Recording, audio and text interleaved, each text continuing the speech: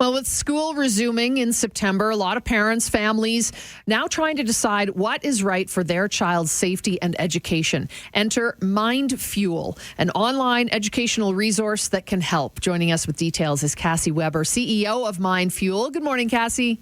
Good morning, Sue. Thanks so much for having me. Well, thanks so much for joining us. Talk to us a little bit about MindFuel. What is this program?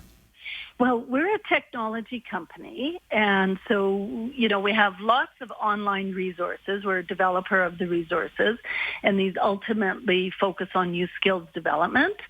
And, of course, during, March 15th onwards, we very quickly removed all of the paywalls on all of our online programs so that students, teachers, and parents could have unfettered access. Everyone was scrambling.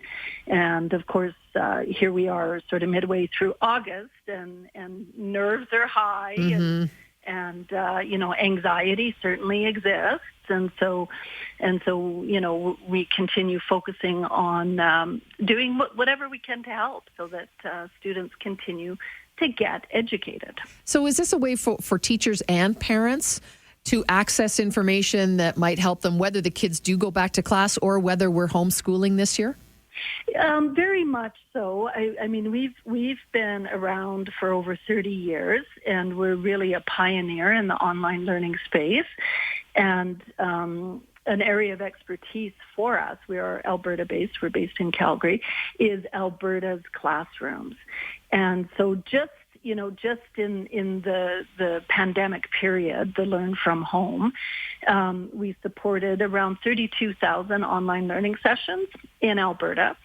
And, what we learned, a couple key things.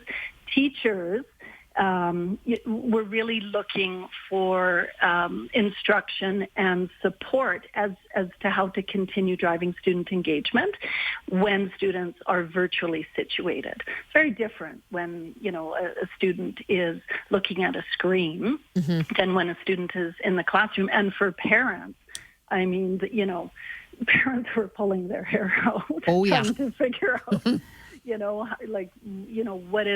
what is it they can do to support. So when I look at the ministries of education across Canada and specifically here in Alberta, I know that Minister LaGrange and all of the ministers in particular have an enormously difficult job. And, they've done the right things in terms of scenario planning, but nobody has a crystal ball. And, ultimately we want to all keep our students safe. We want to keep them properly educated. We need, contingency plans, but it requires all of us to come together and constructively to come together so that we have the right scenarios on hand, ready to activate, depending on what the COVID indicators are. And this might be a great opportunity for us to give that little extra to the students, whether in class or at home. I mean, you've taken, as you say, the cost away. So these programs are all free now through MindFuel. And, maybe helping innovators or learning entrepreneurial skills, that sort of thing, yes? Very much so. So when we describe who we are, we're a technology company. We're part of the innovation ecosystem. We are a developer of technology, but we're also a producer of youth skills development. And we operate as a nonprofit, which ensures that our programs are highly accessible. And it's through this nonprofit model that we're able to be highly efficient. So when we look at what does that all mean? It means we have curricular resources, so resources that are aligned to the provincial curriculum. That's where teachers and parents really relied on us, particularly during COVID. But then we also have, what are called extracurricular programs that focus on getting youth to develop skills in those emerging technology areas like nanotechnology, synthetic biology, machine learning, computational solutioning, artificial intelligence, robotics, all those sorts of things.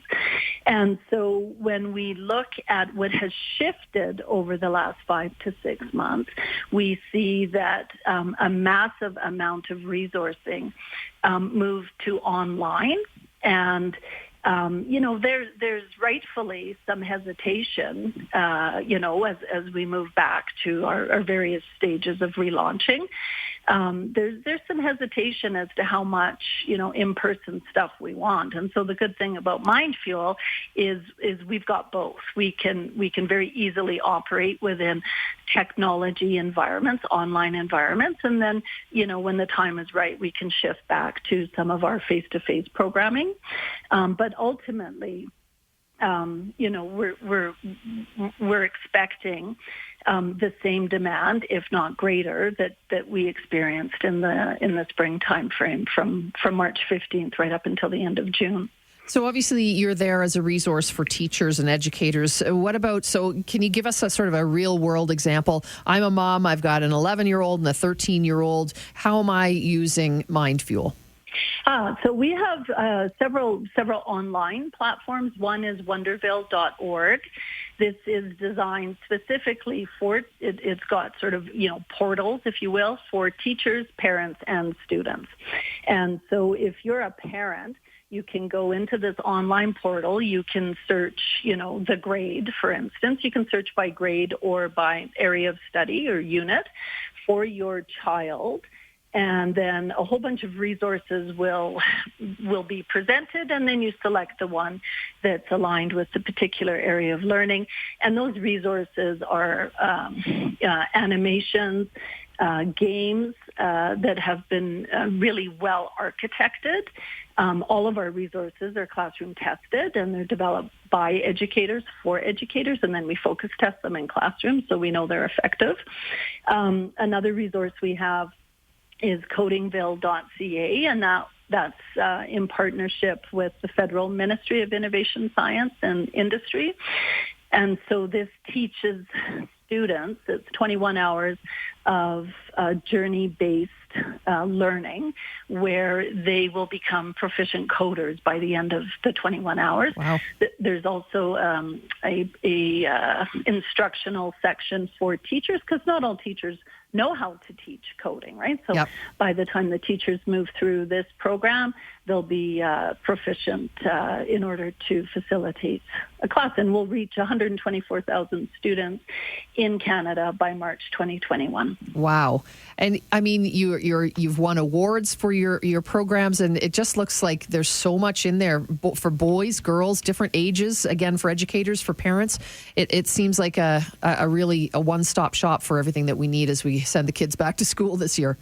It is, and we're passionate about what we do, and at the ultimate goal really is to drive Canada's innovation sector, but the best way to do that is to focus regionally on programs that are relevant in each of the different regions or provinces and territories in Canada. And it's through government partnerships and community collaborations that we're able to be, the highly impactful organization that we are. We're an equalizer for girls.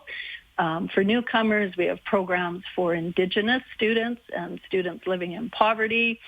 And, so any desire or interest, I would encourage people to go to mindfuel.ca, and there's a whole bunch of information there, and our programs are listed, and ways to be supported are also listed. Thank you so much for joining us. I'm going to go online, have a little scoot around there and maybe find some interesting little things for my kids to get into as well. Thanks for joining us this morning, Cassy. Thanks so much, Sue. That's Cassy Weber, CEO of MindFuel. And again, it is mindfuel.ca.